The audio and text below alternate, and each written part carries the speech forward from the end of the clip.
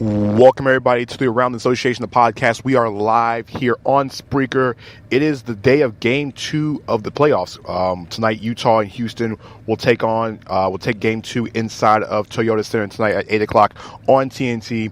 Last night, we had a couple of Game 2s that went on around the league as well, too.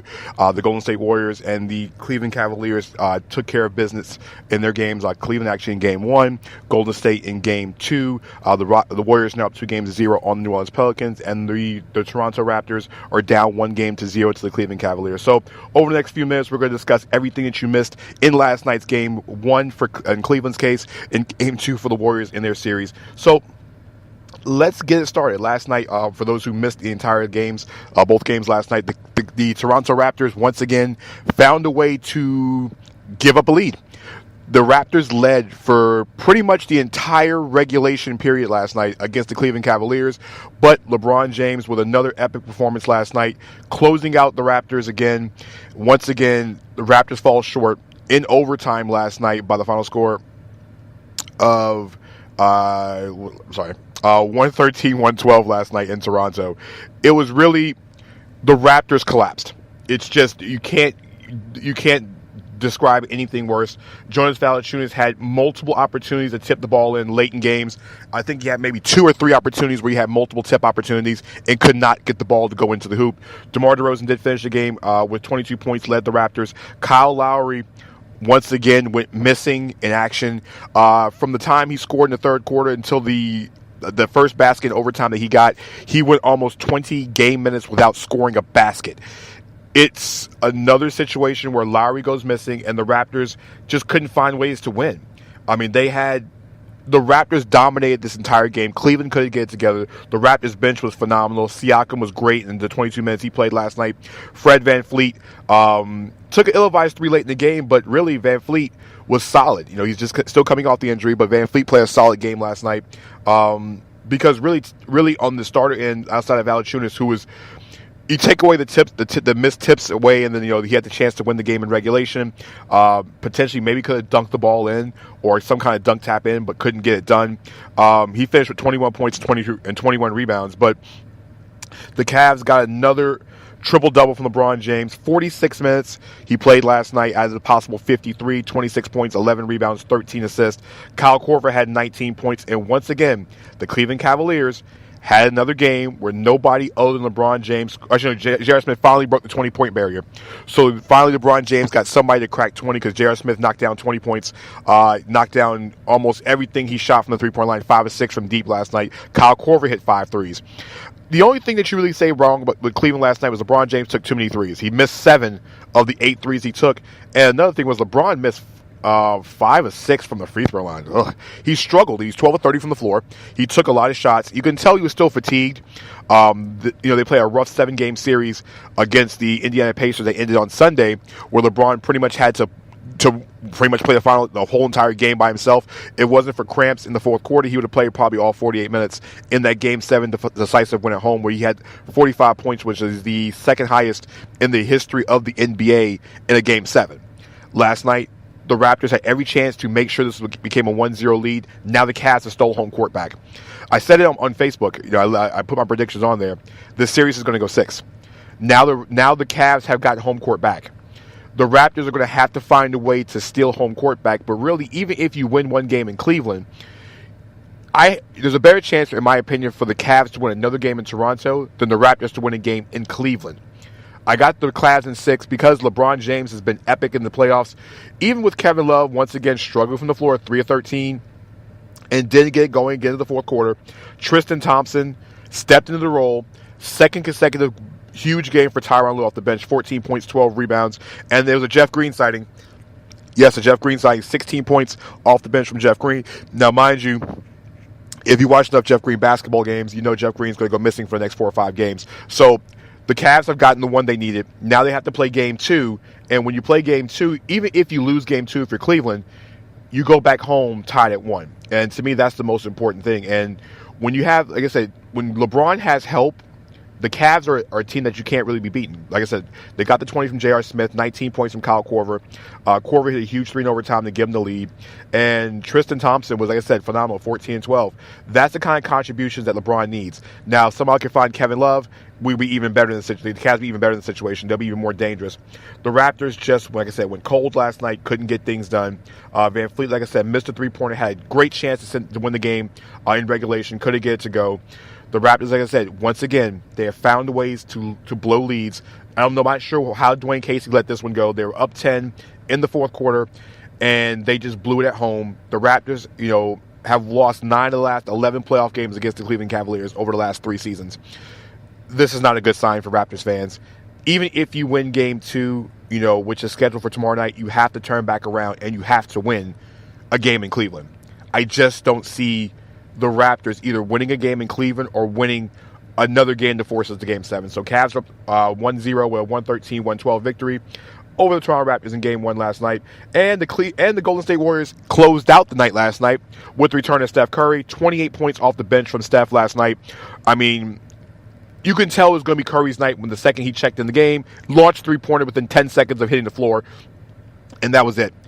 The Warriors crowd was on his feet. Curry was doing what he does best, knocking down 3 after 3 after 3. The Warriors, they had too much firepower. The Pelicans scored 116 points, but there's just not enough firepower to beat the Golden State Warriors in the series. Now, the alarming fact of the series is Draymond Green's tackling of Anthony Davis.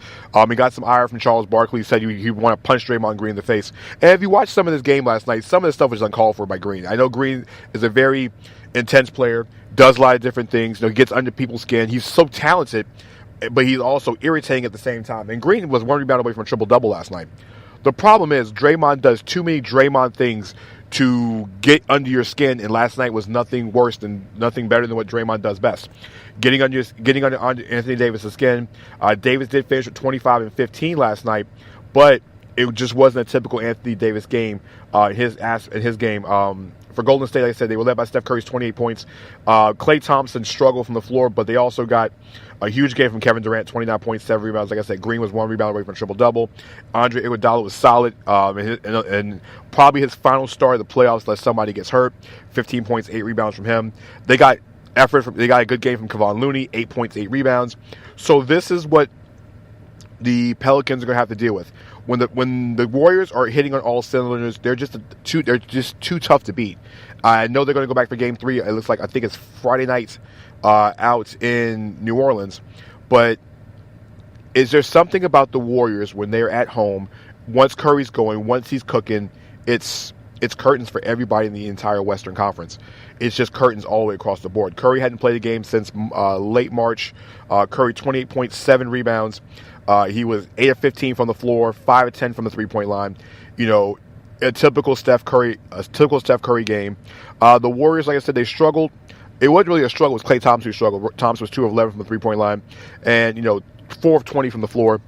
And if you can survive a Klay Thompson 4 for 20 performance and still win the game, that just tells you something. The Warriors are still the team to beat in the Western Conference. The Pelicans, I think, will get one when they go back to New Orleans over the weekend. I just think the crowd's going to get them a game, and Anthony Davis is going to have a 40-45-point game. It's bound to happen. For the Pelicans last night, I said Davis 25 and 15. They got 24 from Drew Holiday. They also got 22 and 12 assists from Rajon Rondo with 5 steals. Mirotic had 18 points. But the Pelicans are going to have to figure out how to defend. Other than Klay Thompson. They did a great job on Thompson, but they're going to have to find ways to somehow slow down Kevin Durant. They've used Mirotic on him. They used a little bit of Etuan more. They just don't have enough length. Even Darius Miller tried to get in his action, and it just didn't work either. 121-116 is the final. They play again on Friday night out in New Orleans for Game 3. Now, the Game 2 that's going on tonight is the Houston Rockets taking on the Utah Jazz out at Toyota Center. The game is the only game on the schedule tonight, and that will tip off at 8 o'clock on TNT.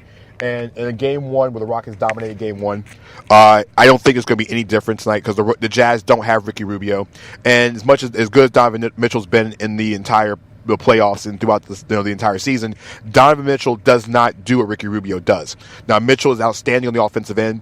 He can create his own shot and do those things. But as far as getting others involved, that is going to be a problem. The Jazz have got to find somebody to take the playmaker responsibilities in getting guys open shots. Whether it be Alec Burke, whether it be Dante Exum, somebody has to step into that role of Ricky Rubio's role, and that's the only way the Rockets are going to you're going to be able to beat the Rockets in this game tonight. Somebody's going to have to play out of their mind, and then the Jazz are going to have to find ways to slow down the Rockets, especially on the on the fast break. The Jazz also cannot get off to a slow start. I mean, they got off to a horrible start in game one, and that just pretty much buried them after that. The Rockets are going to get hit. The Rockets are going to hit the Jazz with every three-point barrage possible. Game one, they were 17 of 32 from the three-point line, and it's going to be hard to slow down James Harden. So that means Jay Crowder is going to have to spend more time guarding James Harden, because really Harden is the only guy in the starting five that can create off the dribble with the size to get to the basket. Now, Chris Paul can do it, but mostly it's on the pick and roll. Harden creates shots because of the Euro step, because of the step back, because of the ability to drive and penetrate in the lane. And if he's going to get guys in foul trouble, especially Jay Crowder, it's going to be a rough night. I mean, they tried to use Royce on him last night. I can't remember his last name offhand. They tried to use him in different stretches on Harden, but James Harden is James Harden. Harden had 41 in game one. It wouldn't shock me if he had the 40-point game tonight, because like I said, it's going to be Swiss cheese for the Jazz defense tonight. So I got the Rockets winning this game tonight. But the Jazz, like I said, if they can get this game, if they can get him going defensively. Alec Burks is a very, very good defender. They just have to find ways to use Burks and use Crowder on Harden, and like I said, slow down the three-point barrage. If the Rockets are hitting 50% from the three-point line, this game is over. If they keep the Rockets to about 30 to 35% shooting from deep, with as many attempts they take, and as long as Gobert and Favors can crash the boards and keep Clint Capella off the boards, the Jazz might have a slight opportunity. So this is the game preview for tonight. So what we're going to start seeing is on a daily basis. I know we were doing the post-game show. We're going to start doing the Spreaker shows again. There's some issues with the Facebook Live. Like I said, we'll be back on the air tomorrow.